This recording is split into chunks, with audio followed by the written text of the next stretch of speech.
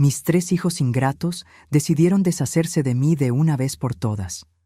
Nos dejaron, a mi esposo Antonio y a mí, en una carretera desierta, abandonándonos a nuestra suerte para morir bajo el sol abrasador. Ustedes son una carga que ya no podemos soportar, dijeron, antes de acelerar el Mercedes negro y desaparecer en el horizonte. Días después, cuando el secreto que guardábamos con 7 llaves salió a la luz, fueron ellos quienes regresaron, humillados e implorando perdón. Pero antes de continuar, asegúrate de estar suscrito al canal y escribe en los comentarios: ¿desde dónde estás viendo este video? Nos encanta saber hasta dónde llegan nuestras historias. Todo comenzó un jueves por la mañana. Estaba en la cocina preparando café para todos, como lo había hecho durante más de 40 años. A los 72, mis manos ya no tenían la misma firmeza, pero aún podía freír huevos y hacer un café que José decía que era el mejor del mundo. Esa mañana, sin embargo, había un peso en el aire, una tensión que conocía bien después de meses viviendo con mis 3 hijos en la casa que alguna vez fue solo nuestra. Sentí los pasos de Claudia incluso antes de verla. Mi hija mayor entró en la cocina todavía en bata, con el rostro tan cerrado como una puerta con llave. «Mamá, ¿cuántos huevos estás friendo?» La pregunta llegó cargada de acusación. «Solo 4, hija. 1 para cada uno». Ella suspiró dramáticamente, arrojando una pila de facturas sobre la mesa. Inmediatamente reconocí las recetas médicas de José. Mi esposo había sufrido del corazón durante años y las medicinas eran nuestro mayor gasto. $600, mamá. 600. ¿Sabes cuánto representa eso en mi presupuesto mensual? No respondí. Las palabras se quedaron atrapadas en mi garganta como espinas de pescado. En ese instante, José apareció en la puerta, caminando despacio, apoyándose en las paredes. A los 75 años, cada paso parecía una batalla para él. Su rostro, antes lleno de vida, estaba marcado por una tristeza que me partía el corazón. «Buenos días, hija», dijo, intentando sonreír. Claudia ni siquiera respondió. Tomó un pedazo de pan, lo untó con mantequilla con enojo y salió de la cocina como si estuviéramos contaminados por alguna enfermedad contagiosa. Nos sentamos a la mesa en silencio, comiendo despacio. Miré a José y vi lágrimas formándose en las esquinas de sus ojos cansados. Ese hombre había construido esta casa con sus propias manos, ladrillo por ladrillo. Había trabajado 6 días a la semana durante 4 décadas para darles a sus hijos todo lo que podíamos ofrecer. Y ahora éramos tratados como intrusos en nuestro propio hogar. «Ellos tienen razón, Teresa», murmuró José, mirando su plato. «Estamos dando demasiados problemas». Antes de que pudiera responder, Ricardo entró en la cocina, todavía con su uniforme del turno de noche en la fábrica. Mi hijo del medio siempre había sido el pacificador, el equilibrado, pero su rostro mostraba el mismo cansancio, la misma irritación que veía en Claudia. «Papá, mamá, necesito hablar con ustedes». Se sentó pesadamente en la silla, frotándose el rostro con sus manos callosas.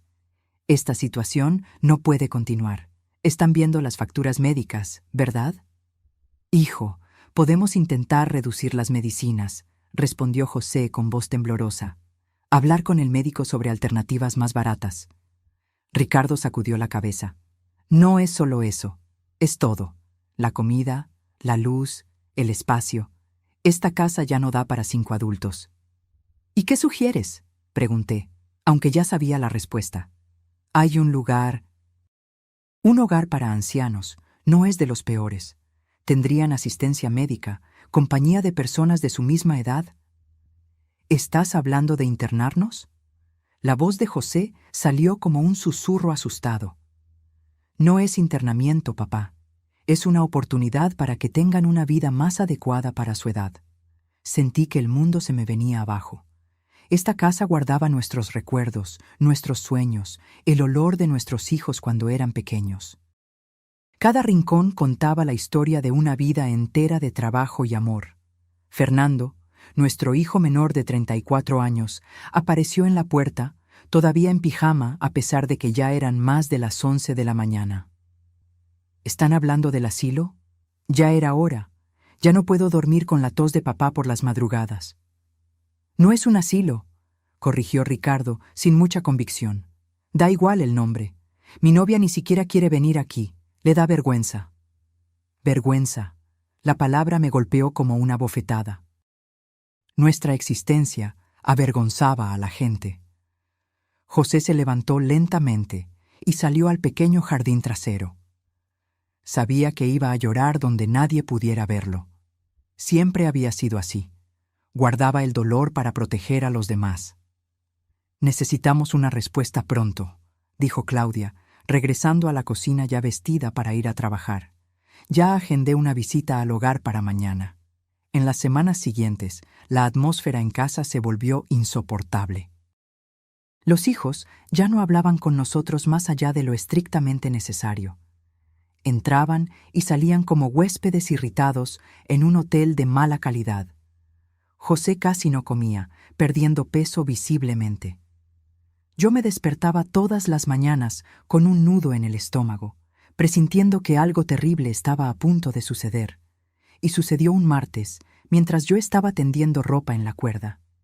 Escuché voces susurradas en la sala y me acerqué silenciosamente.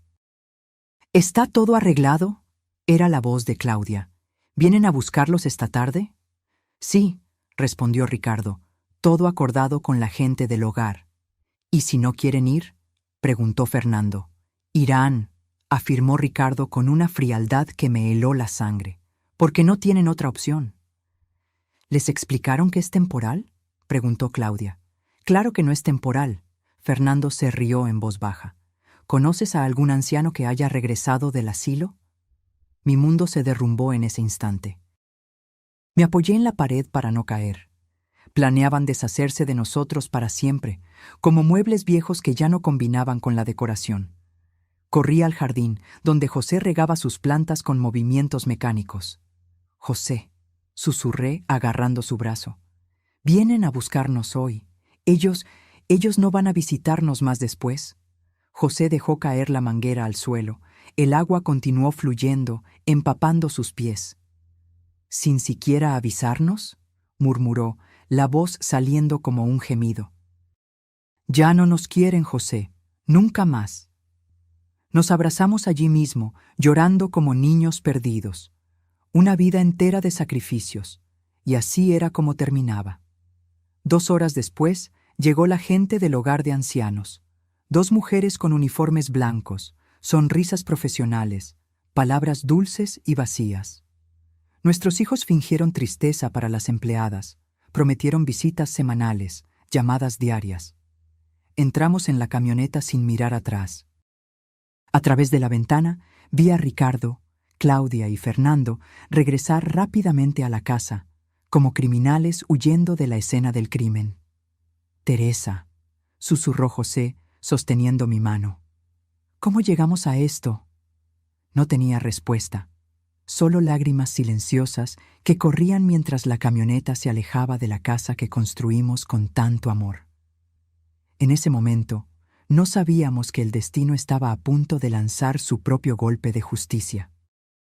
Escondido en la vieja billetera de José, entre fotos antiguas y tarjetas amarillentas, había un sobre que lo cambiaría todo. El hogar de ancianos era exactamente como temía. Un edificio antiguo con olor a desinfectante y orina apenas disimulados por aromatizantes baratos. Nos pusieron en una habitación colectiva con otras 6 personas, separándonos con una cortina de tela que apenas ofrecía privacidad. Era un lugar donde la gente iba a morir lentamente, abandonada por las familias que juraron amarlos hasta el final. Las noches eran las peores. El gemido constante de los otros ancianos, el llanto ahogado en las almohadas, los llamados a los hijos que nunca vendrían. José casi no comía, se consumía a simple vista. Lo observaba todas las mañanas, viendo cómo su cuerpo se encogía, cómo sus ojos perdían el brillo día tras día. Teresa, susurró la tercera noche, cuando pensé que ya estaba dormido. No voy a aguantar estar aquí. Sostuve su mano debajo de la sábana áspera. Estábamos en camas separadas, pero estirábamos los brazos para mantener ese contacto que, después de 50 años de matrimonio, era tan necesario como el aire. Lo sé, mi viejo. Yo tampoco. ¿Llamaron los chicos?, preguntó, aunque ya sabía la respuesta. No, respondí, sintiendo el dolor en las palabras. No llamaron. Pasó una semana, luego otra. Ninguna llamada, ninguna visita. Era como si hubiéramos muerto para nuestros hijos en el momento en que entramos en esa camioneta. Las empleadas evitaban nuestras miradas cuando preguntábamos si había algún recado para nosotros. En la tercera semana, José tuvo una crisis durante la madrugada. Me desperté con su gemido ahogado y lo encontré apretándose el pecho, con el rostro contraído por el dolor. «¡José!», grité, saltando de la cama para ayudarlo. «¡Socorro!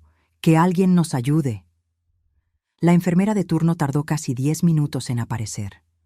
Cuando finalmente llegó, tenía la mirada aburrida de quien ya ha visto esa escena muchas veces. «Debe ser solo una indigestión», dijo, sin siquiera examinarlo bien. «No es indigestión», insistí. «Tiene problemas del corazón. Necesita ir a un hospital». Después de mucha insistencia, llamaron a una ambulancia. Esperé sola en la sala de emergencias durante horas, con las manos temblando de miedo y rabia. Intenté llamar a mis hijos, pero ninguno contestó. Dejé mensajes desesperados, implorando que vinieran. Nadie vino. El médico apareció alrededor de las 5 de la mañana, con el rostro serio. Doña Teresa, su esposo, tuvo un infarto. Logramos estabilizarlo, pero su estado es delicado. ¿Va a sobrevivir? Apenas podía formular la pregunta. Por ahora sí, pero necesitará cuidados intensivos en los próximos días. Pasé la noche entera sentada al lado de la cama de José en la UCI, observando los monitores, contando cada latido de su corazón como si fuera un tesoro precioso. De vez en cuando abría los ojos y trataba de sonreírme, pero pronto volvía a dormir bajo el efecto de los medicamentos. A la mañana siguiente, aún sin noticias de los hijos, fui al baño del hospital a lavarme la cara. Estaba exhausta, despeinada, con los ojos hinchados de tanto llorar. Mientras me secaba el rostro, noté mi reflejo en el espejo y no reconocí a la mujer que me devolvía la mirada. Parecía una extraña, alguien que había envejecido décadas en solo unas semanas. Volviendo a la habitación, encontré a una joven enfermera revisando los signos vitales de José. «¿Usted es la esposa?», preguntó, con una amabilidad que me tomó por sorpresa. «Sí, estamos casados desde hace 50 años».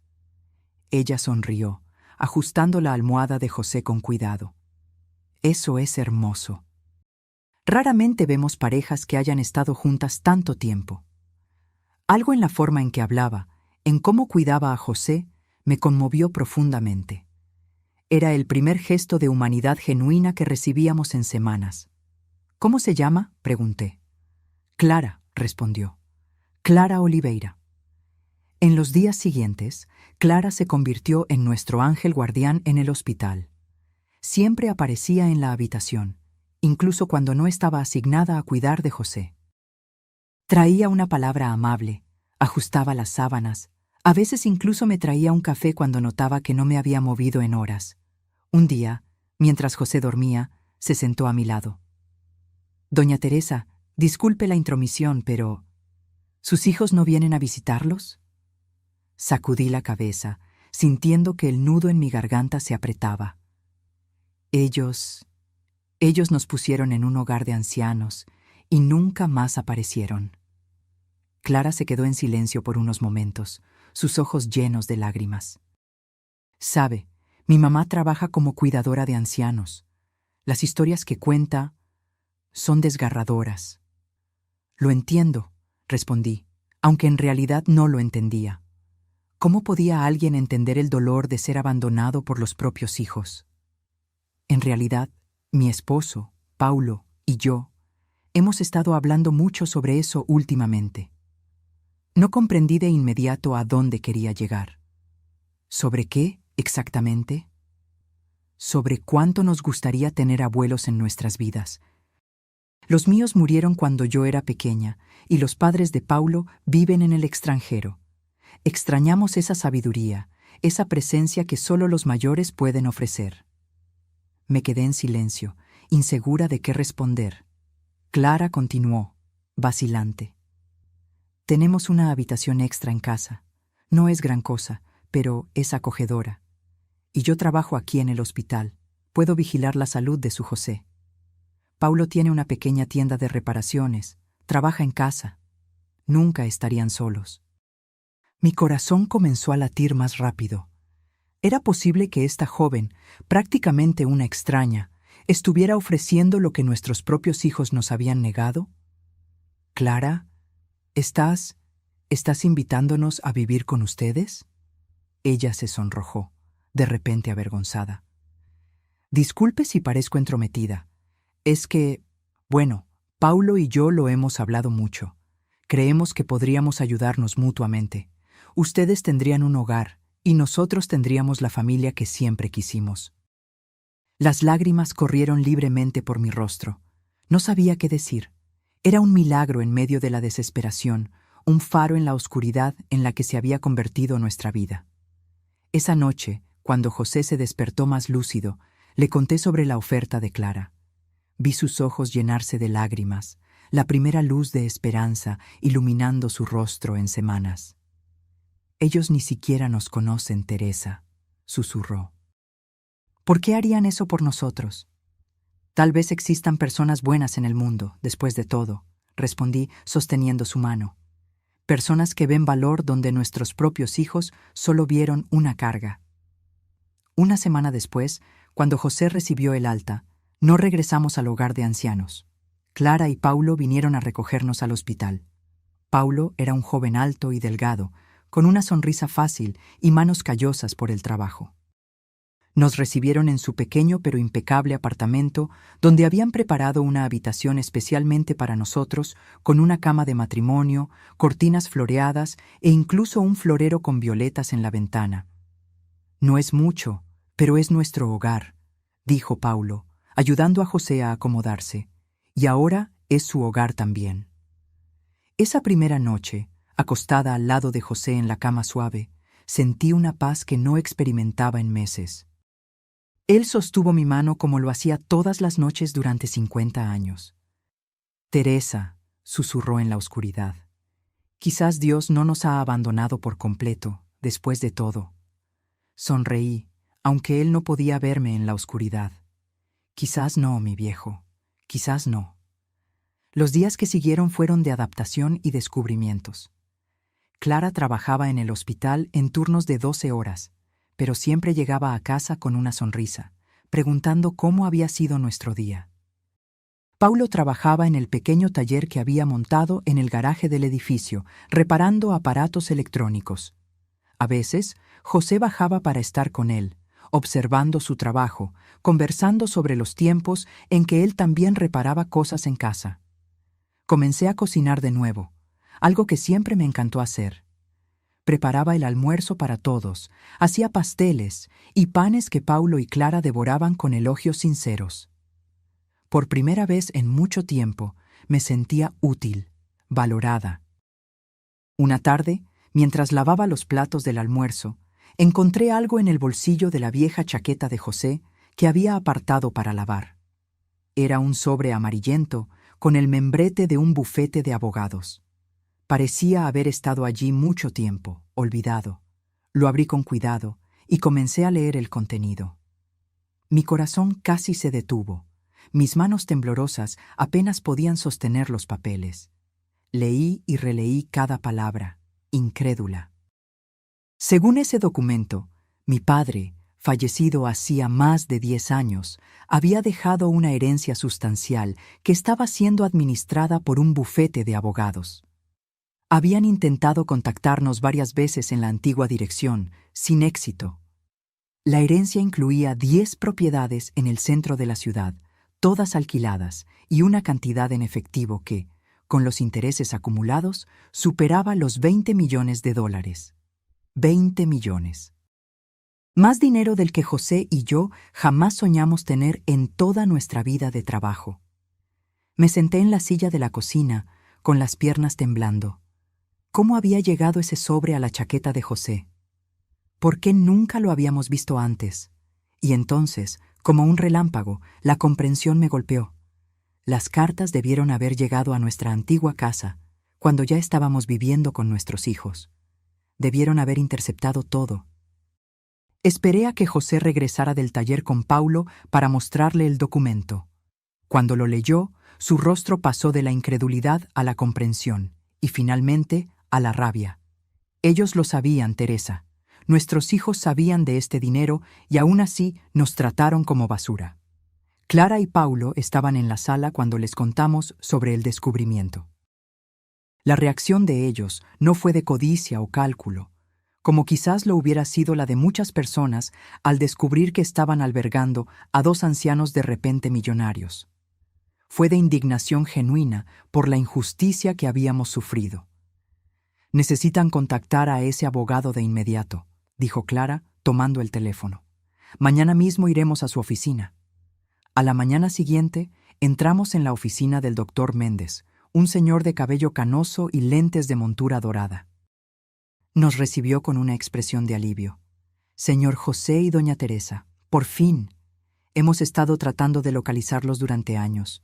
Incluso contratamos a un investigador privado, pero no pudo encontrarlos después de que dejaron la antigua residencia». «Nuestros hijos», dijo José, con voz temblorosa por la rabia contenida. «Debieron haber interceptado las cartas». El abogado se ajustó los lentes, visiblemente incómodo. «Es posible».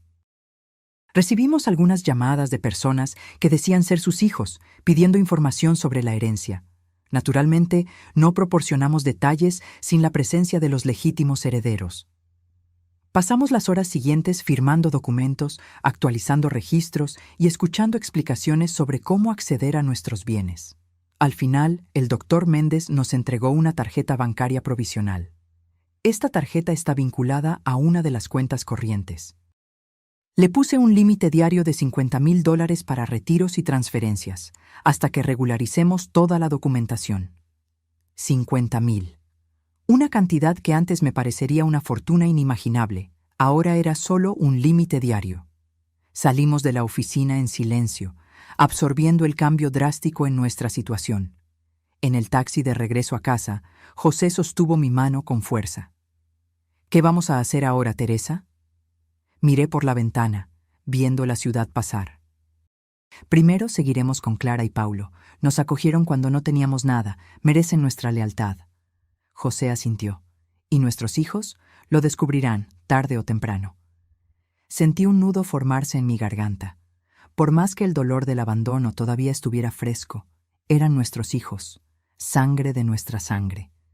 Vamos a esperar. Vendrán a buscarnos cuando lo sepan. De hecho, no tardaron mucho. 2 semanas después de regularizar la situación con el abogado, estábamos desayunando cuando sonó el interfono.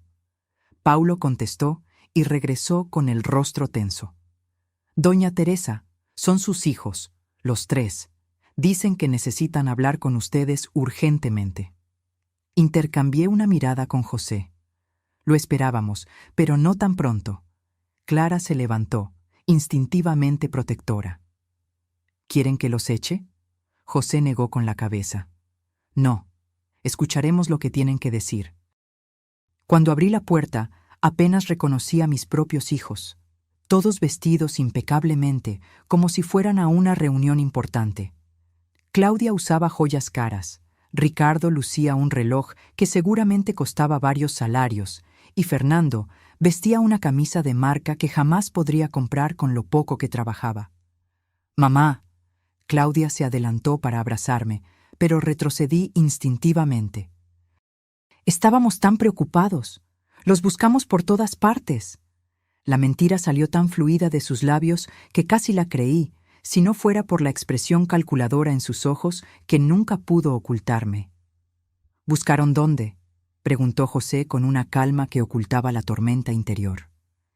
En el hogar de ancianos donde nos abandonaron, Ricardo asumió su tono conciliador de siempre. Papá, hubo un malentendido. Fuimos a visitarlos una semana después, pero nos dijeron que se habían escapado. ¿Y no pensaron en llamar a la policía? ¿A los hospitales? ¿No les preocupó que pudiéramos estar muertos en la orilla de alguna carretera? Los tres se miraron, incómodos. La verdad, continuó José, es que solo están aquí porque se enteraron del dinero. Un silencio pesado cayó sobre la sala. Finalmente, Claudia soltó un suspiro teatral. Está bien, seamos honestos. Sí, supimos de la herencia. Y vinimos porque queremos resolver esta situación como familia. ¿Como familia? Fue mi turno de hablar, la voz temblorosa de emoción contenida. ¿La misma familia que nos tiró como basura? ¿Que interceptó nuestras cartas durante años? ¿Que planeó abandonarnos para siempre en un hogar de horrores? Fernando, siempre el más impaciente, intervino. Miren, nos equivocamos. ¿Está bien? Todo el mundo se equivoca. Pero somos sus hijos. Este dinero es de la familia. Familia. La palabra sonaba como una broma cruel. ¿Saben quién es familia? Clara y Paulo. Dos jóvenes que no nos conocían de nada, pero nos acogieron cuando estábamos solos y desesperados. Que nos cuidaron cuando José casi muere de tristeza y abandono.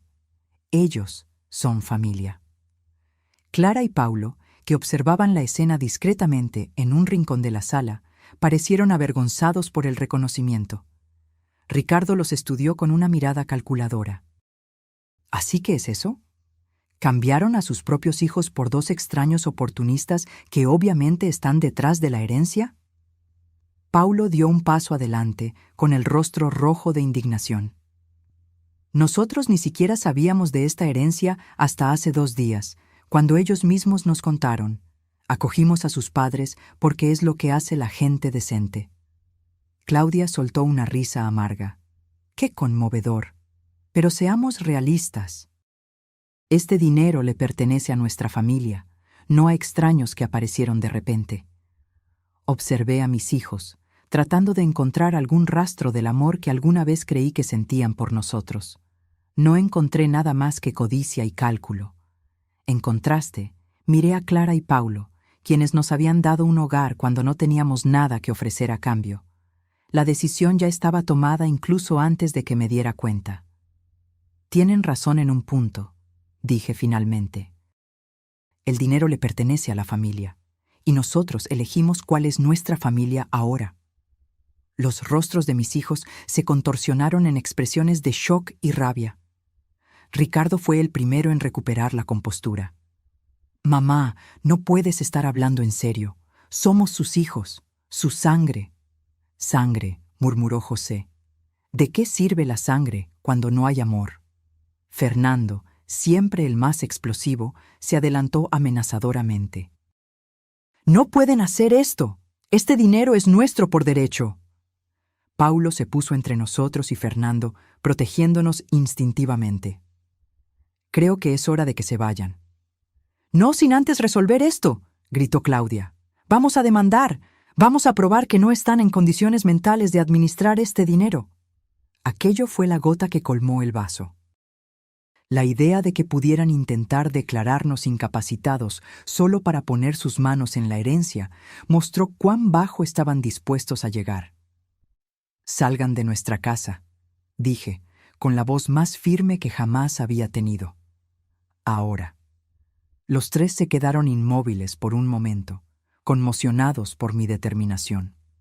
Luego, como una tormenta que finalmente se desata, comenzaron a gritar acusaciones, amenazas, promesas de volver.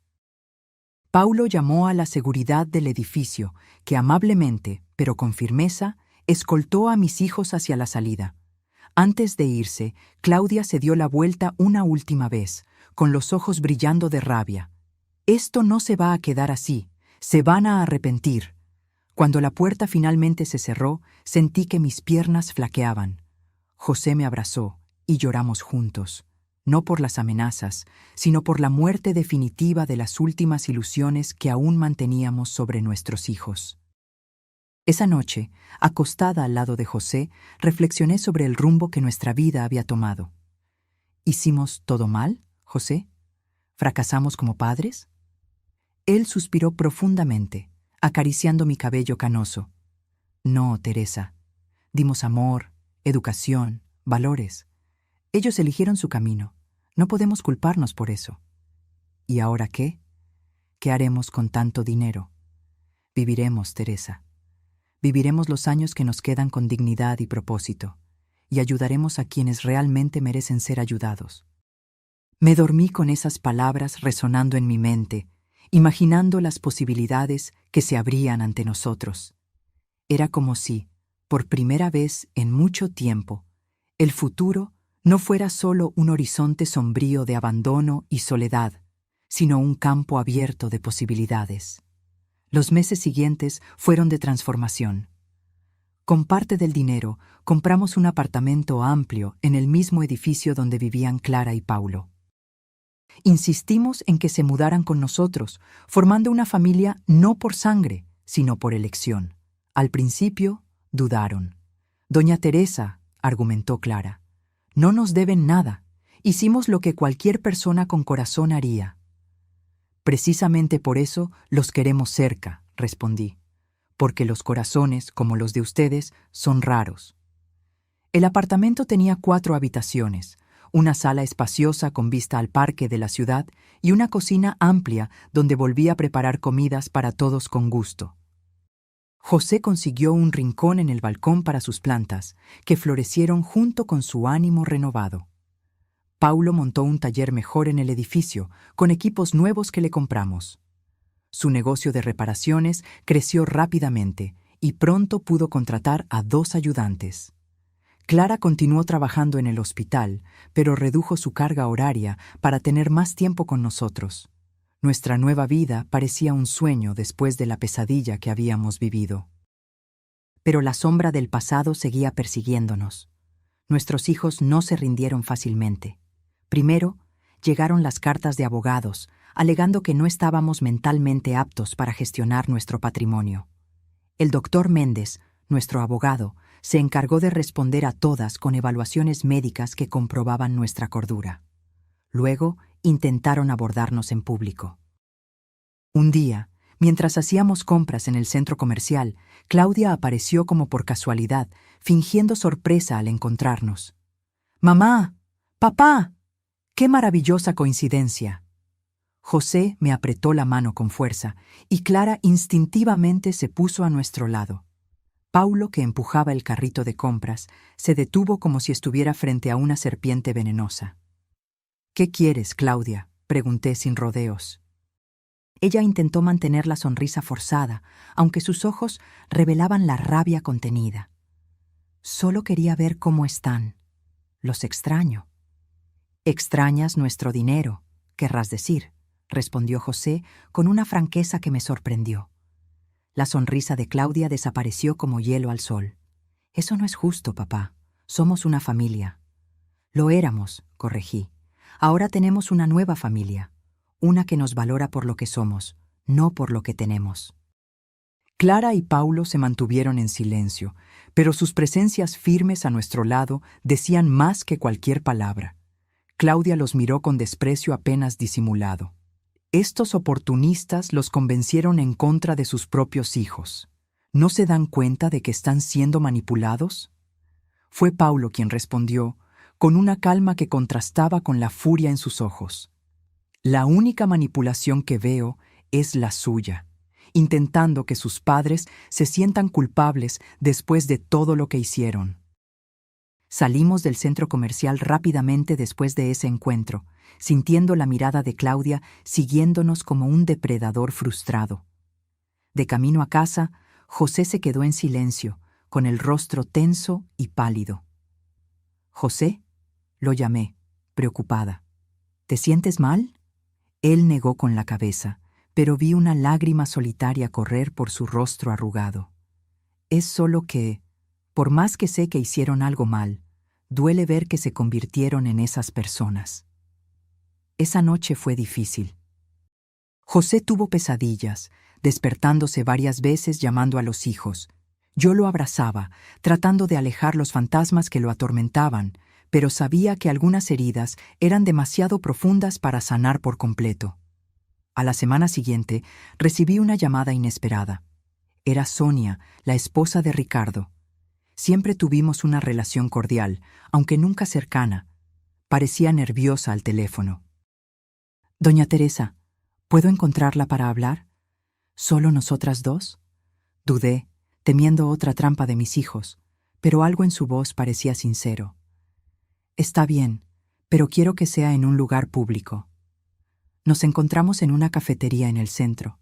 Sonia estaba abatida, con ojeras profundas y las manos temblando al sostener la taza de café. Esperó a que el mesero se alejara antes de hablar. Vine sin que Ricardo lo supiera.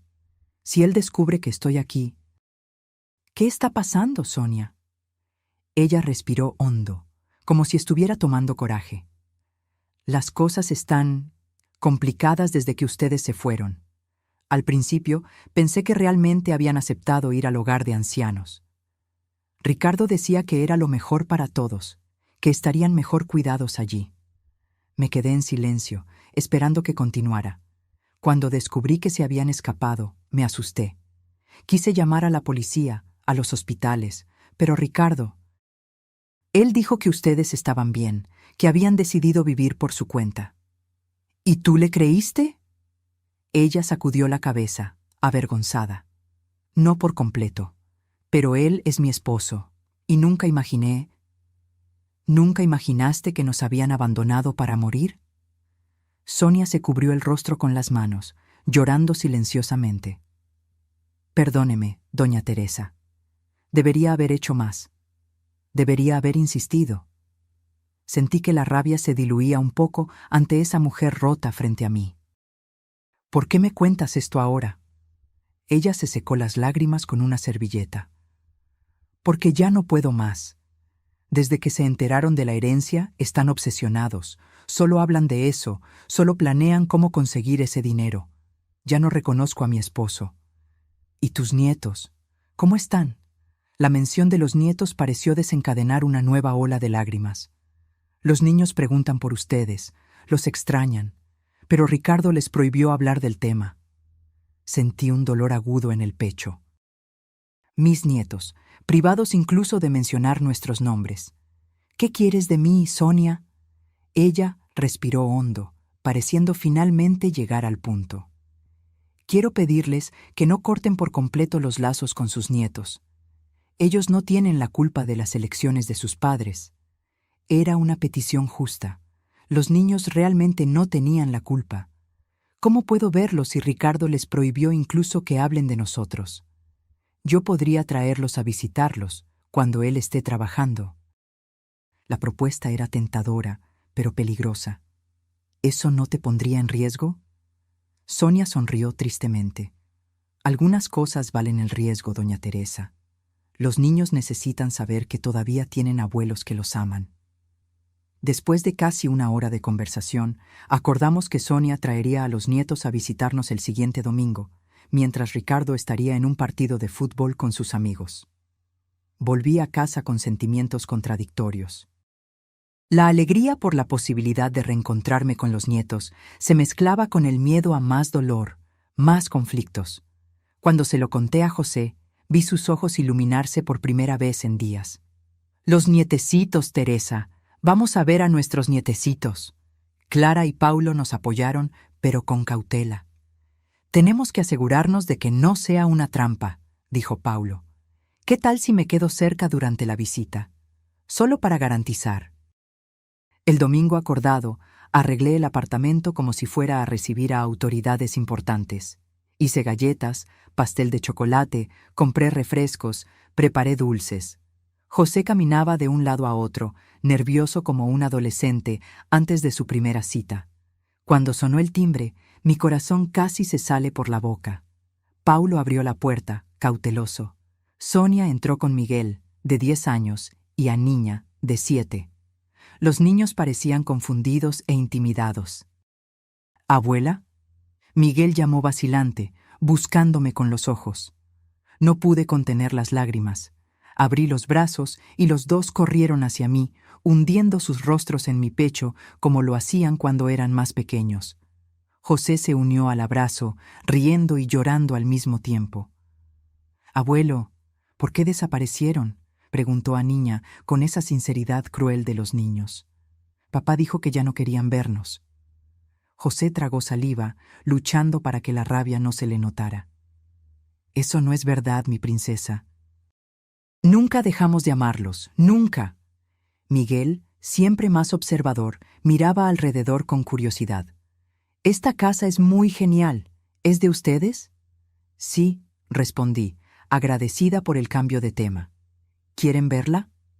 Las horas siguientes fueron de pura alegría. Les mostramos el apartamento, les contamos historias, jugamos juegos de mesa que habíamos comprado especialmente para la ocasión. Los niños devoraron los dulces y pidieron más. Clara y Paulo se integraron naturalmente, como si ya fueran parte de la familia desde hace años. Cuando llegó la hora de partir, ninguno de nosotros quería que terminara. Miguel me abrazó con fuerza, susurrándome al oído. «Abuela, ¿puedo venir más veces? Prometo no decírselo a papá». Mi corazón se encogió. «Claro que sí, mi amor. Esta casa siempre estará abierta para ustedes». Sonia prometió traerlos de nuevo cuando fuera seguro. Después de que se fueron, José y yo nos abrazamos en silencio, procesando la montaña rusa emocional que había sido esa tarde. «Son nuestros», susurró él. «Nadie puede quitarnos esto». Esa visita fue como agua en el desierto para nuestras almas resecas por el dolor del abandono. Nos dio fuerzas para continuar, para mirar más allá del sufrimiento y ver posibilidades de felicidad. A la semana siguiente, comenzamos a concretar un plan que se había estado formando en nuestras mentes desde hacía algún tiempo. Usando parte de la herencia, compramos una casa grande en las afueras de la ciudad, con un terreno amplio y aireado. Hablamos con Clara sobre la idea de transformar el lugar en un hogar para ancianos abandonados, no un depósito de personas como aquel del que escapamos, sino un verdadero hogar. Sería un lugar donde las personas mayores pudieran vivir con dignidad, expliqué, con asistencia médica de calidad, actividades, atención. Clara se entusiasmó con la idea. «Puedo coordinar la parte de salud. Conozco enfermeros y cuidadores que serían perfectos para este proyecto». Paulo sugirió que la casa tuviera un taller para los ancianos que quisieran mantenerse activos.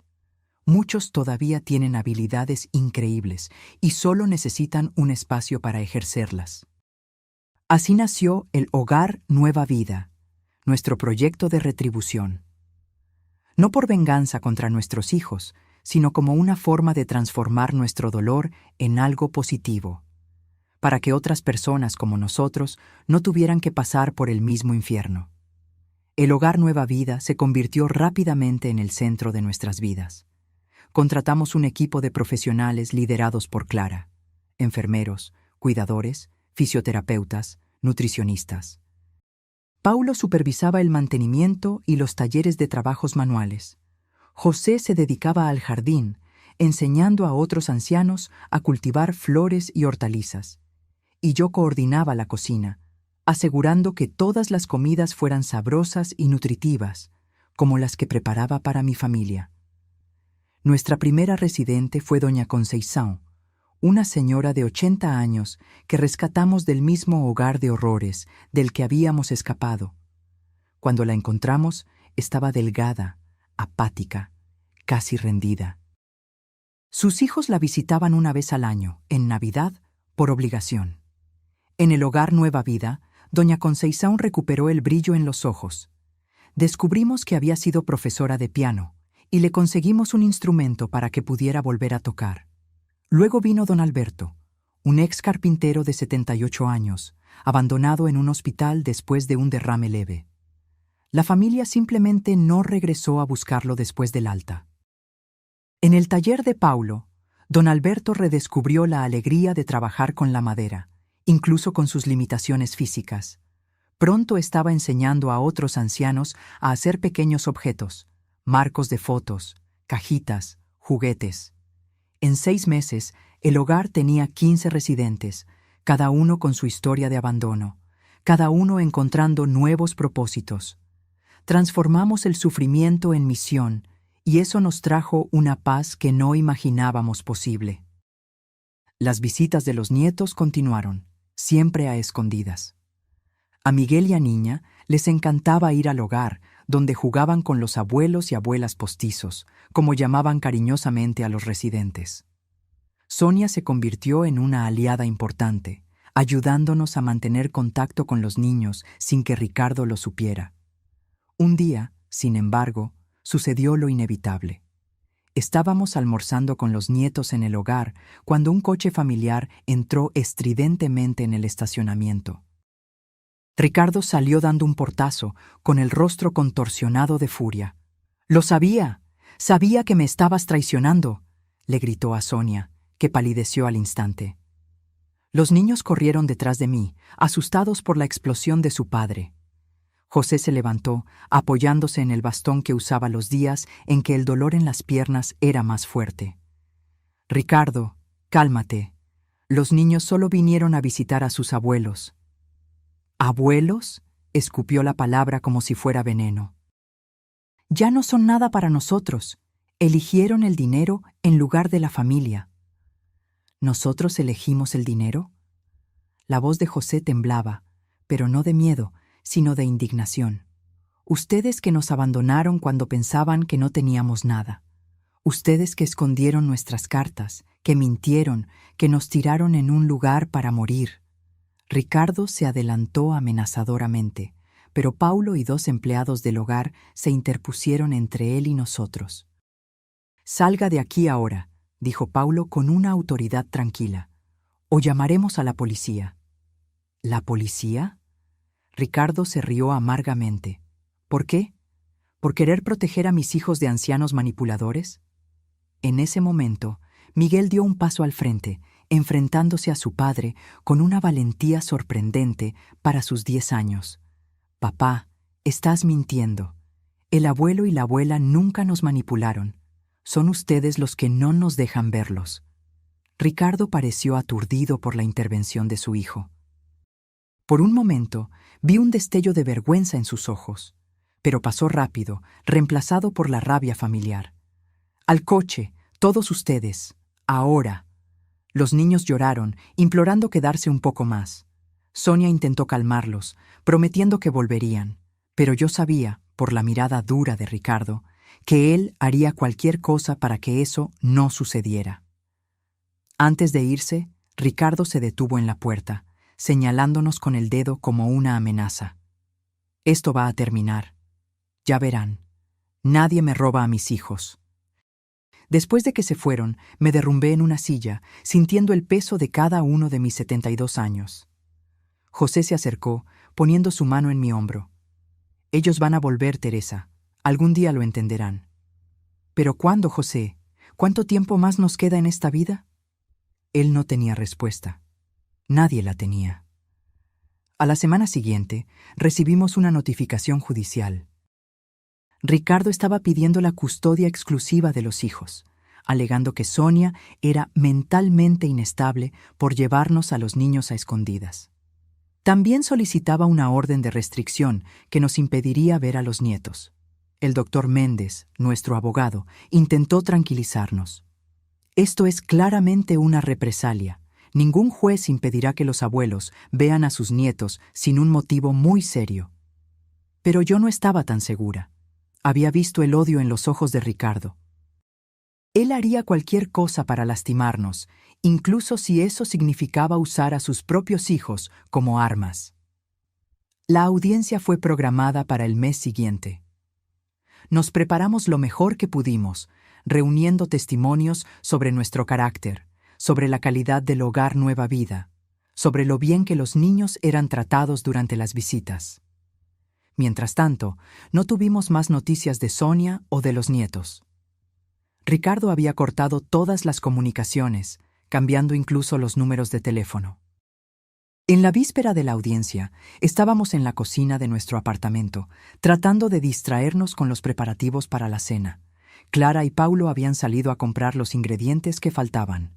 El interfono sonó y José fue a contestar. ¿Quién es?, preguntó cauteloso, como nos habíamos acostumbrado a hacer desde los incidentes con los hijos. Soy yo, papá, Fernando.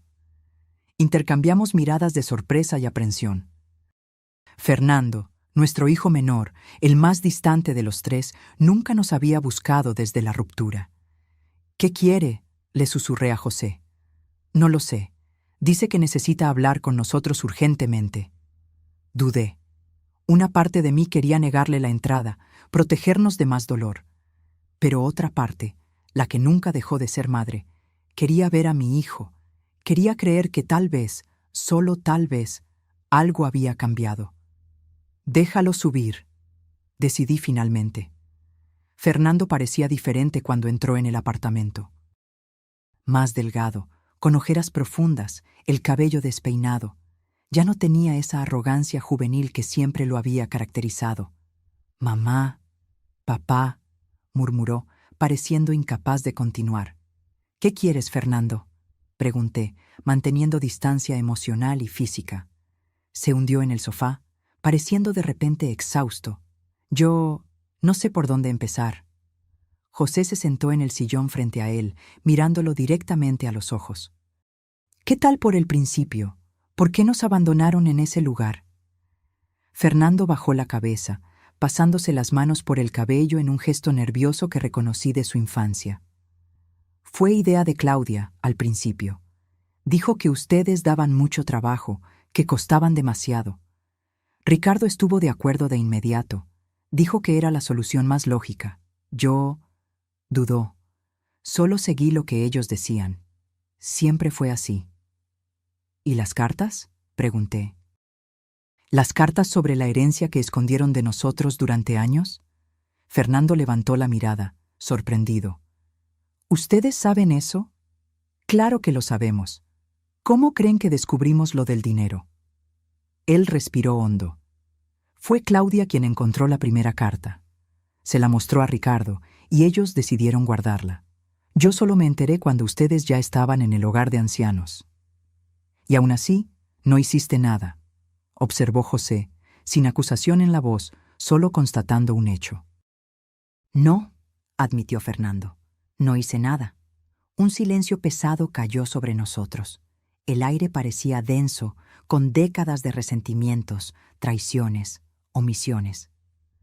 ¿Por qué estás aquí ahora?, pregunté finalmente. Fernando sacó un sobre arrugado del bolsillo de su chaqueta. Ricardo está planeando algo.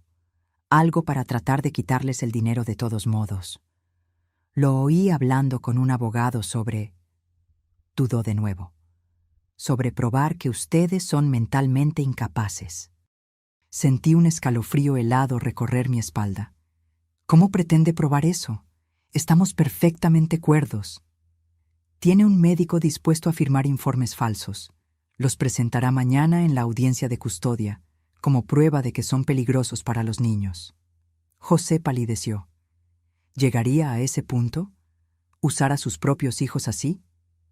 Fernando asintió tristemente. No se imaginan lo obsesionado que está con ese dinero. Ya no es el Ricardo que conocíamos. Miré el sobre en sus manos. ¿Qué es esto? Pruebas, grabaciones de él discutiendo el plan, copias de los correos electrónicos intercambiados con el médico, incluso un borrador del informe falso. Tomé todo de su computadora anoche. Tomé el sobre con manos temblorosas. ¿Por qué? ¿Por qué nos estás ayudando ahora? Fernando se quedó en silencio por tanto tiempo que pensé que no respondería.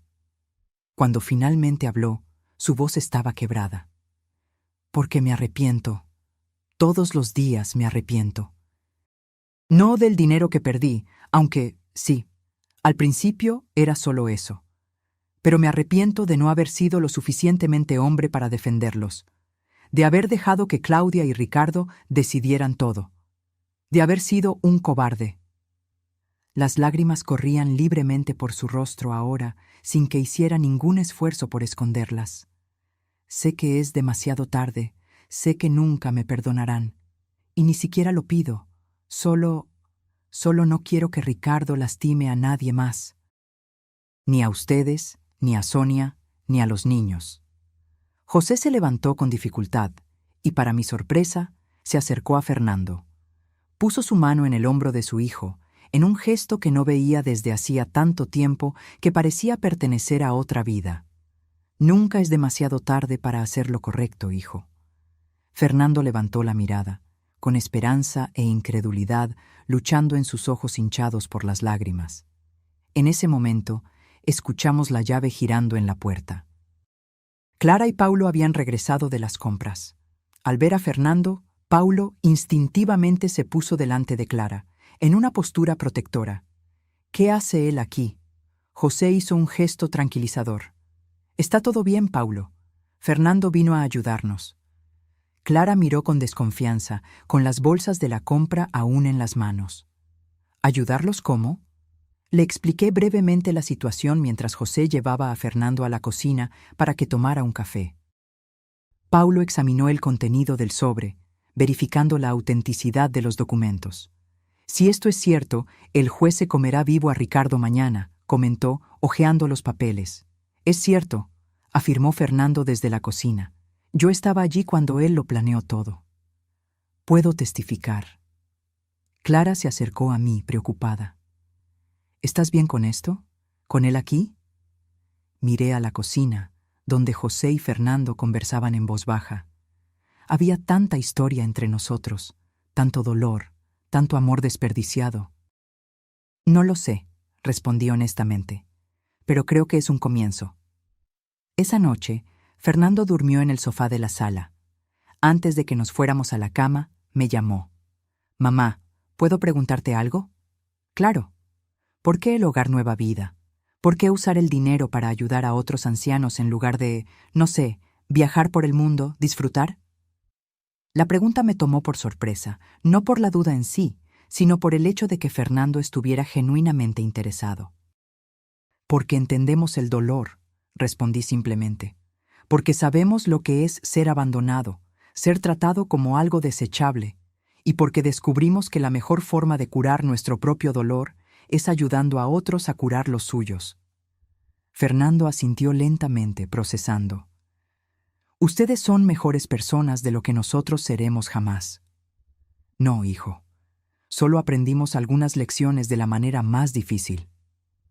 A la mañana siguiente, entramos en el tribunal preparados para la batalla. El doctor Méndez había trabajado toda la noche, incorporando las nuevas evidencias al proceso. Fernando caminaba con nosotros, nervioso, pero decidido. Ricardo ya estaba allí con su abogado, mostrando esa confianza de quien está seguro de la victoria. Cuando vio a Fernando a nuestro lado, su expresión se transformó en puro shock, seguido rápidamente por rabia. ¡Traidor!, siseó cuando pasamos por él. Fernando mantuvo la cabeza en alto, sin responder a la provocación.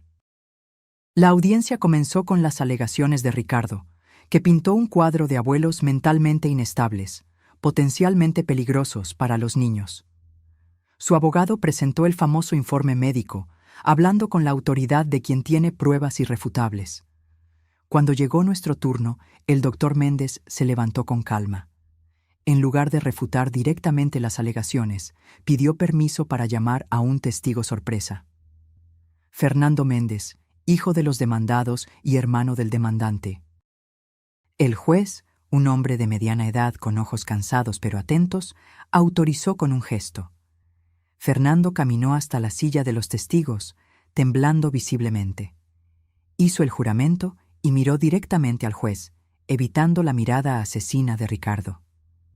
Señor Fernando, comenzó el doctor Méndez, ¿puede contarnos sobre las verdaderas intenciones de su hermano en este proceso?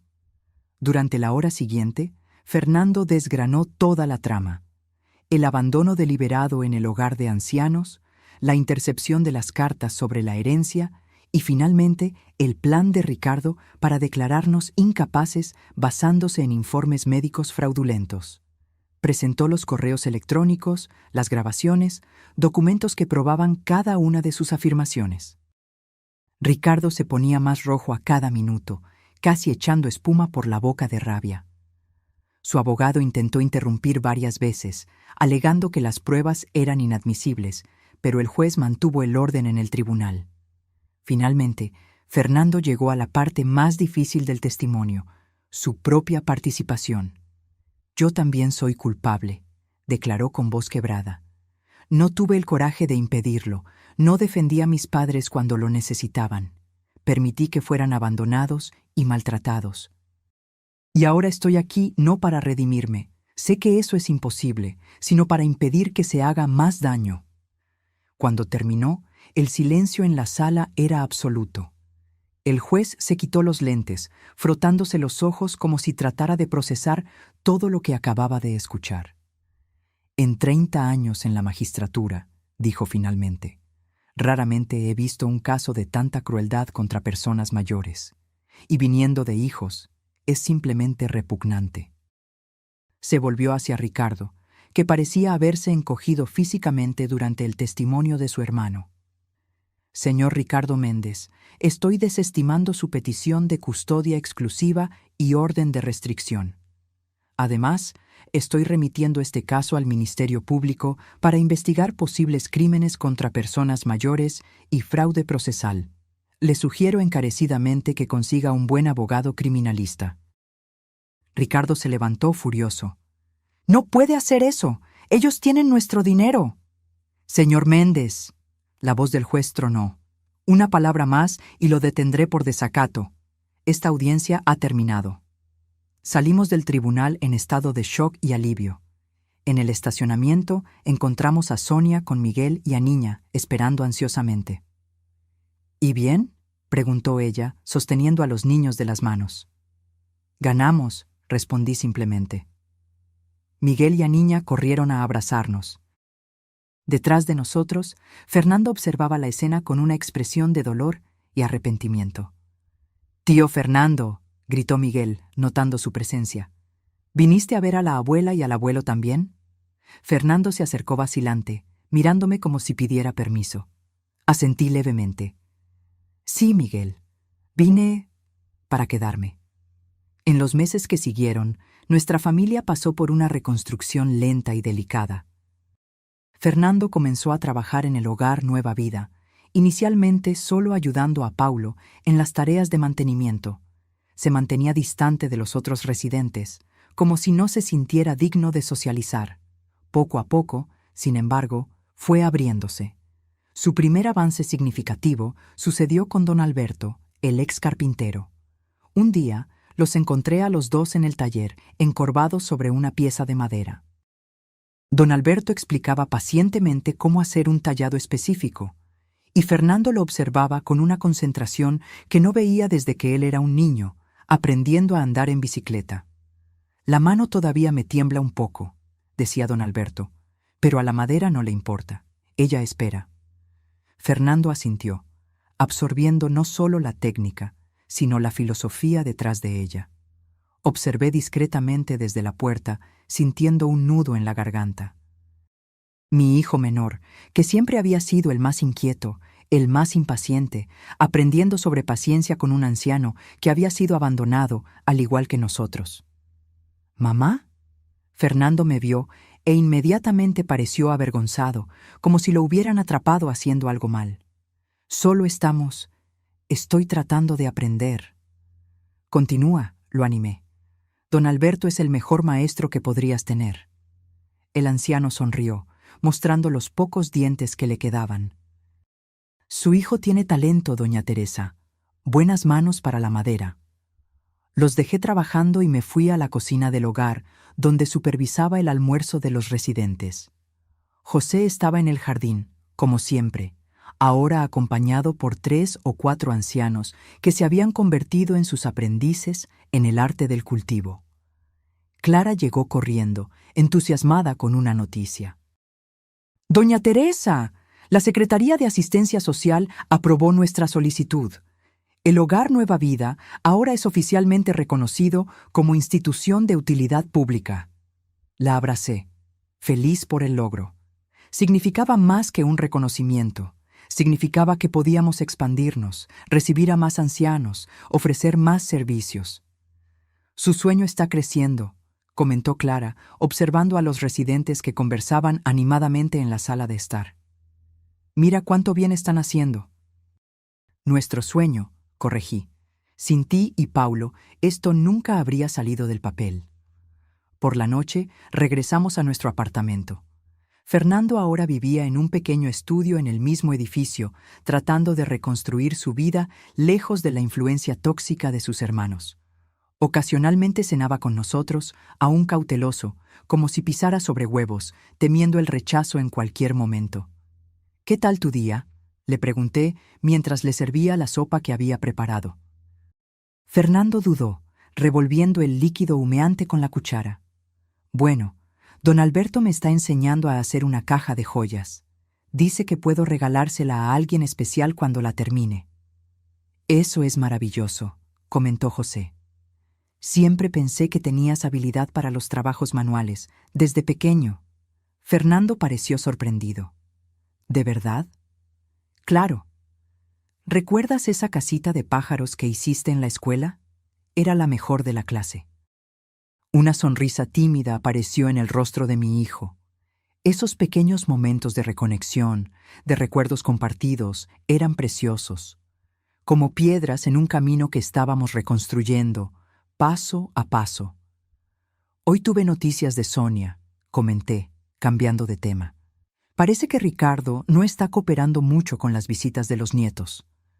La sonrisa de Fernando desapareció. Siempre ha sido terco, y ahora con el proceso criminal está más amargado que nunca.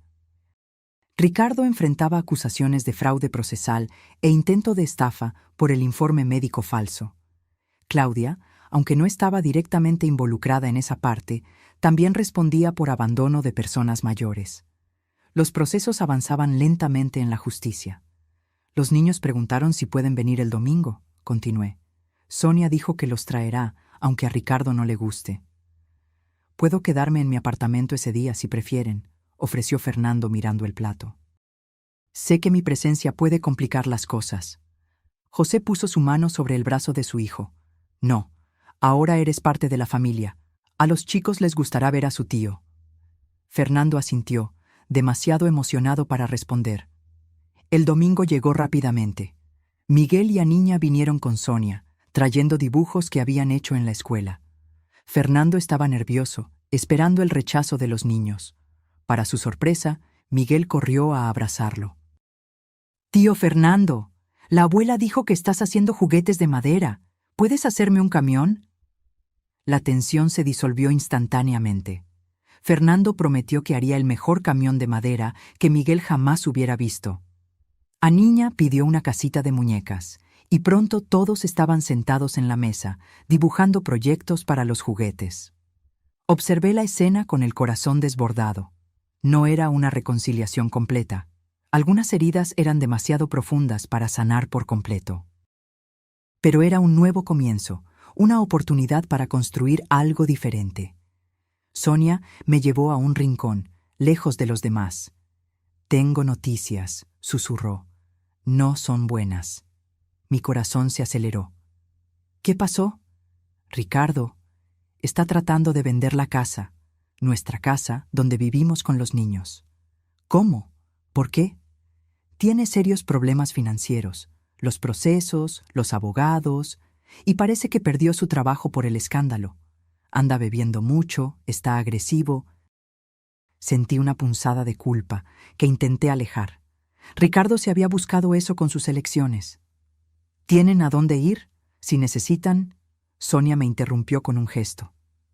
«No estoy pidiendo dinero, doña Teresa. Solo quería que lo supiera. Las cosas se están desmoronando para él. Para todos nosotros, en realidad». Miré a los niños jugando con Fernando y José, inocentes en medio de una guerra de adultos. «¿Qué vas a hacer?». Ella suspiró profundamente. «Estoy pensando en separarme. Ya no es el hombre con el que me casé. Está consumido por el odio, por la obsesión». La abracé instintivamente. «Si necesitas cualquier cosa, aquí estamos». Cuando le conté la conversación a José, más tarde, se quedó pensativo. «Ricardo siempre fue demasiado orgulloso», comentó. «Ese orgullo lo va a destruir si no cambia». «¿Qué podemos hacer?». José miró por la ventana, hacia la ciudad iluminada. Nada, lamentablemente. Cada uno tiene que encontrar su propio camino. Nosotros les ofrecimos nuestro perdón, nuestra puerta abierta. El resto depende de él. 2 semanas después, Fernando apareció en nuestro apartamento más temprano de lo habitual, con el rostro pálido. «¿Qué pasó?», pregunté, reconociendo de inmediato los signos de perturbación. «Es Ricardo», respondió sentándose pesadamente. «Sufrió un accidente. Está en el hospital». José bajó el periódico que estaba leyendo. «¿Qué tipo de accidente?». «Chocó el coche. Estaba borracho». Fernando se pasó las manos por el rostro. «Sonia me acaba de llamar. Dijo que está en la UCI, en situación crítica». Sentí que mi mundo se movía. Por más que Ricardo nos hubiera lastimado, por más rabia que sintiera, todavía era mi hijo. La idea de perderlo era insoportable. «Tenemos que ir al hospital», decidí de inmediato. José asintió, ya levantándose para buscar los abrigos. Fernando parecía sorprendido. «¿De verdad quieren ir? ¿Después de todo lo que él hizo?». «Fernando», dijo José con suavidad, «cuando tienes hijos, el amor nunca se acaba por completo. Puede quedar enterrado, puede transformarse, pero nunca desaparece». En el hospital encontramos a Sonia con los ojos hinchados de tanto llorar. Miguel y Aniña estaban con su abuela materna, protegidos del drama que se desarrollaba. El médico nos informó que Ricardo había sufrido un traumatismo craneal y una hemorragia interna. Le habían hecho una cirugía de emergencia, pero las próximas 48 horas serían cruciales. «Estaba tan trastornado los últimos días», contó Sonia. «Comenzó a beber temprano, salió conduciendo como un loco. El policía que atendió el accidente dijo que chocó contra un poste a más de 100 por hora. Esperamos en la sala de espera. El tiempo se arrastraba con la lentitud peculiar de los momentos de crisis. Fernando caminaba de un lado a otro. José sostenía mi mano, ambos perdidos en pensamientos y oraciones silenciosas. Cuando el médico regresó, su rostro serio nos contó la historia antes incluso de que hablara. «Lo siento», dijo simplemente. «Hicimos todo lo que pudimos». Sonia se desplomó en una silla, sollozando. Fernando se apoyó en la pared como si sus piernas ya no pudieran sostenerlo. José me abrazó fuerte y sentí sus lágrimas calientes contra mi cuello. Lloré por el hijo que había perdido 2 veces, una por la codicia, otra por la muerte. Lloré por el niño que alguna vez había sido, por el hombre en el que podría haberse convertido si hubiera tomado decisiones diferentes. En los días siguientes, como en una neblina, organizamos el funeral. Claudia apareció, con el rostro marcado no solo por el luto, sino por el miedo. Con la muerte de Ricardo, los procesos en su contra ganaban nuevo peso. Estaba sola ahora, sin su hermano para compartir la culpa. Cuando nuestras miradas se cruzaron en el cementerio, vi algo que nunca había visto antes en los ojos de mi hija: vulnerabilidad. Ya no había arrogancia, no había cálculo, solo una mujer devastada, enfrentando las consecuencias de sus elecciones. Después de la ceremonia, cuando casi todos se habían ido, Claudia se acercó vacilante. «Mamá», su voz era solo un susurro. «Yo no sé qué decir». La miré, a esta extraña que era mi hija. «Entonces no digas nada, a veces el silencio es mejor». Yo nunca quise que esto sucediera, con Ricardo, quiero decir. Nadie lo quiso, Claudia, pero nuestras acciones tienen consecuencias, muchas veces más allá de lo que podemos prever. Ella bajó la mirada, con las manos temblando levemente. «¿Qué va a pasar conmigo ahora?». La pregunta me tomó por sorpresa, no por el contenido, sino por la vulnerabilidad genuina que conllevaba. «Eso depende en parte de ti», respondí honestamente. «Los procesos continuarán, pero siempre hay espacio para la reparación, para el cambio». José, que se había acercado silenciosamente, añadió: «Nuestra puerta está abierta, Claudia. Siempre lo ha estado. Pero necesitas entrar con el corazón abierto, no con las viejas intenciones». Ella asintió. con lágrimas corriendo silenciosamente. No hubo abrazos, no hubo promesas. Solo esa pequeña apertura, esa posibilidad de un camino diferente. En el coche, de regreso a casa, José sostuvo mi mano. ¿Crees que ella realmente cambiará?, pregunté. No lo sé, respondió él con honestidad, pero todos merecen la oportunidad de intentarlo. Esa noche, mirando las fotos antiguas de nuestra familia, los 3 hijos pequeños, sonrientes, aún no marcados por las decisiones que tomarían, sentí una profunda melancolía. Tantas posibilidades, tantos caminos que podrían haberse tomado. No te tortures, mi amor, susurró José, sentándose a mi lado. El pasado ya pasó, solo podemos construir el futuro. Asentí, guardando el álbum. Tenía razón, como siempre. Al día siguiente, continuaríamos nuestro trabajo en el Hogar Nueva Vida. Continuaríamos acogiendo a Fernando en su viaje de redención. Continuaríamos ofreciendo a Claudia la posibilidad de reconciliación. Continuaríamos siendo abuelos para Miguel y a Niña, apoyo para Sonia. Continuaríamos viviendo, amando, perdonando. Porque al final descubrí que esa es la verdadera riqueza, no los millones en nuestra cuenta bancaria, sino la capacidad de transformar incluso las peores heridas en algo que sana a nosotros mismos y a los demás. Han pasado 3 años desde la muerte de Ricardo. Años de transformaciones, curaciones y nuevos comienzos. El Hogar Nueva Vida ha crecido, acogiendo ahora a 30 ancianos. Compramos la casa de al lado y expandimos las instalaciones, creando un ala especializada para personas mayores con demencia y Alzheimer. Clara coordinaba un equipo de 15 profesionales, implementando prácticas innovadoras de cuidado. Fernando encontró su propósito en la carpintería. Lo que comenzó como terapia personal se transformó en vocación. Creó un taller para enseñar el oficio no solo a los ancianos del hogar, sino a jóvenes en situación de vulnerabilidad social. Decía que era su forma de reparación, ayudar a unir generaciones que normalmente no se encontrarían. Claudia, contra todas las expectativas, también encontró su camino hacia la redención. Los primeros meses fueron difíciles. Cumplió servicios comunitarios como parte del acuerdo judicial por los crímenes contra nosotros, trabajando a regañadientes en el hogar. Recuerdo el día en que la vi cambiar de verdad.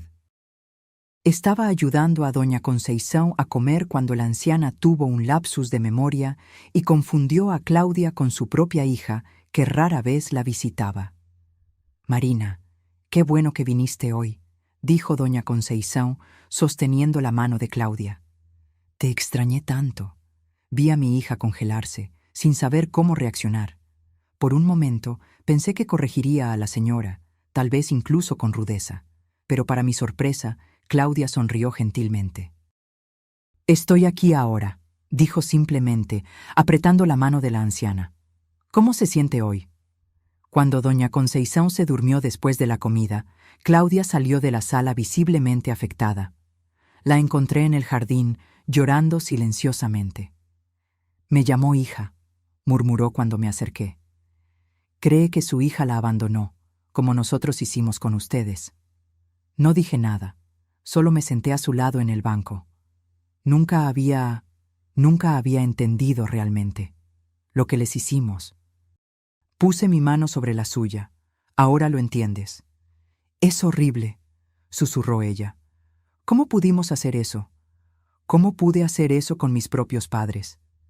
Esa tarde marcó el inicio de la verdadera transformación de Claudia. Comenzó a ser voluntaria en el hogar incluso después de cumplir su condena. Volvió a estudiar, graduándose en gerontología. Hoy coordina un programa de apoyo a cuidadores familiares, ayudando a personas que enfrentan el desafío de cuidar a parientes ancianos en casa. Nuestra relación nunca volvió a ser lo que era antes. Algunas fracturas son demasiado profundas para sanar por completo. Pero encontramos un nuevo equilibrio, un respeto mutuo nacido del dolor compartido y de la sanación buscada juntas. Sonia se mudó a un apartamento cerca del nuestro con Miguel y a Niña. Los niños crecieron teniendo abuelos presentes, viniendo a visitarnos casi a diario después de la escuela. Miguel, ahora con 13 años, pasaba horas en el taller con Fernando, aprendiendo los secretos de la carpintería. Aniña, a los 10, prefería el jardín, donde ayudaba a José a cultivar flores y verduras que abastecían la cocina del hogar. José y yo, a los 75 y 72 años, encontramos una paz que nunca imaginamos posible después del trauma del abandono. Usamos la mayor parte de la herencia para crear una fundación que financia hogares para ancianos éticos en todo el país, estableciendo estándares rigurosos de cuidado y dignidad. Una tarde de domingo estábamos todos reunidos para el almuerzo, José y yo, Fernando y su novia Mariana, una enfermera que conoció en el hogar, Claudia, que venía sola, todavía no lista para nuevas relaciones, Sonia con los niños, Clara y Paulo con su hija pequeña, Elena. La mesa estaba llena, las conversaciones eran animadas, las risas de los niños, una escena que parecía imposible años atrás. Después del almuerzo, mientras los demás conversaban en la sala, José me llamó al balcón. El atardecer pintaba el cielo de naranja y rosa, una vista que nunca dejaba de emocionarme. ¿En qué estás pensando?, pregunté, notando su mirada distante. Él sonrió, esa sonrisa que conocía tan bien después de 53 años de matrimonio. En los viajes. En cómo a veces necesitamos perdernos por completo para encontrar el camino correcto. Apoyé la cabeza en su hombro, sintiendo la comodidad familiar de su cuerpo contra el mío. ¿Quién diría que nuestro peor momento se transformaría en nuestra mayor bendición? El abandono no fue la bendición, corrigió él gentilmente. Fue lo que elegimos hacer con él. En ese momento, con la luz dorada del final de la tarde iluminando su rostro arrugado, José parecía más sabio y hermoso que nunca. Sus manos, ahora más temblorosas por la edad, aún sostenían las mías con la misma firmeza de cuando éramos jóvenes. ¿Sabes qué me da más paz?, continuó. Ver que rompimos el ciclo. Miguel y Aniña están creciendo viendo el valor de las personas mayores, aprendiendo que el amor no es condicional. Asentí, observando a nuestros nietos a través de la ventana. Miguel le mostraba a Claudia un pequeño tallado de madera que había hecho, y ella lo elogiaba sinceramente. Aniña dibujaba algo en su cuaderno, probablemente otro de los retratos que le gustaba hacer de todos los ancianos del hogar. Ellos no van a abandonar a sus padres cuando envejezcan, comenté. Ni a sus propios hijos cuando llegue su turno. José asintió. Y eso vale más que los 20 millones. Nos quedamos allí, en silencio cómodo, viendo el sol ponerse. Pensando en las lecciones que la vida nos enseñó de la manera más dura. Que el verdadero valor no está en el dinero o las posesiones, sino en el amor que damos y recibimos. Que las heridas más profundas pueden convertirse en fuentes de sanación, que nunca es demasiado tarde para empezar de nuevo. Una semana después, José tuvo un derrame mientras trabajaba en el jardín del hogar. Fue rápido y sin dolor, dijeron los médicos. Partió haciendo lo que amaba, rodeado de personas que lo respetaban y admiraban. El funeral fue diferente al de Ricardo. No solo había familia, sino decenas de ancianos del hogar, empleados, vecinos, personas cuyas vidas habían sido tocadas por José de alguna manera. Cada uno tenía una historia que contar sobre su amabilidad, su sabiduría, su capacidad para perdonar incluso las peores ofensas. Fernando organizó que cada anciano del hogar plantara un árbol en memoria de José, creando un pequeño bosque en la parte trasera de la propiedad. Un lugar donde la gente podrá sentarse y sentir su presencia, explicó, como todos la sentíamos cuando él estaba en el jardín. Claudia coordinó un memorial donde se exhibieron cientos de fotos de José, no solo las antiguas con nuestra familia original, sino principalmente las nuevas, mostrándolo en su misión en el hogar, con la nueva familia que habíamos construido. Los primeros meses sin él fueron los más difíciles de mi vida. Ni siquiera el abandono de los hijos había dolido tanto como esta ausencia definitiva. Cada mañana me despertaba buscando instintivamente su presencia a mi lado, solo para encontrar el vacío. Lo que me salvó fue el propósito que habíamos construido juntos.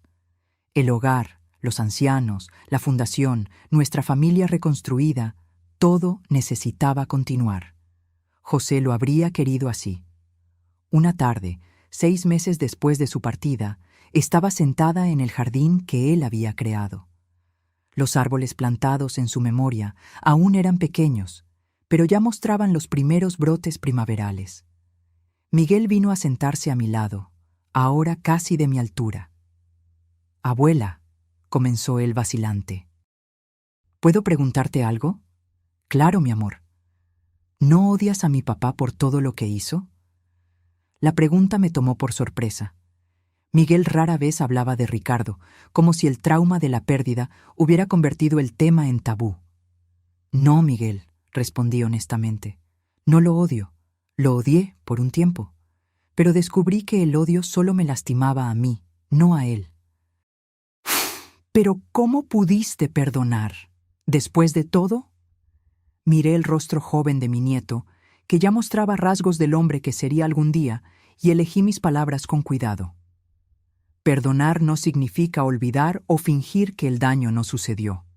Significa elegir no dejar que el rencor controle tu vida.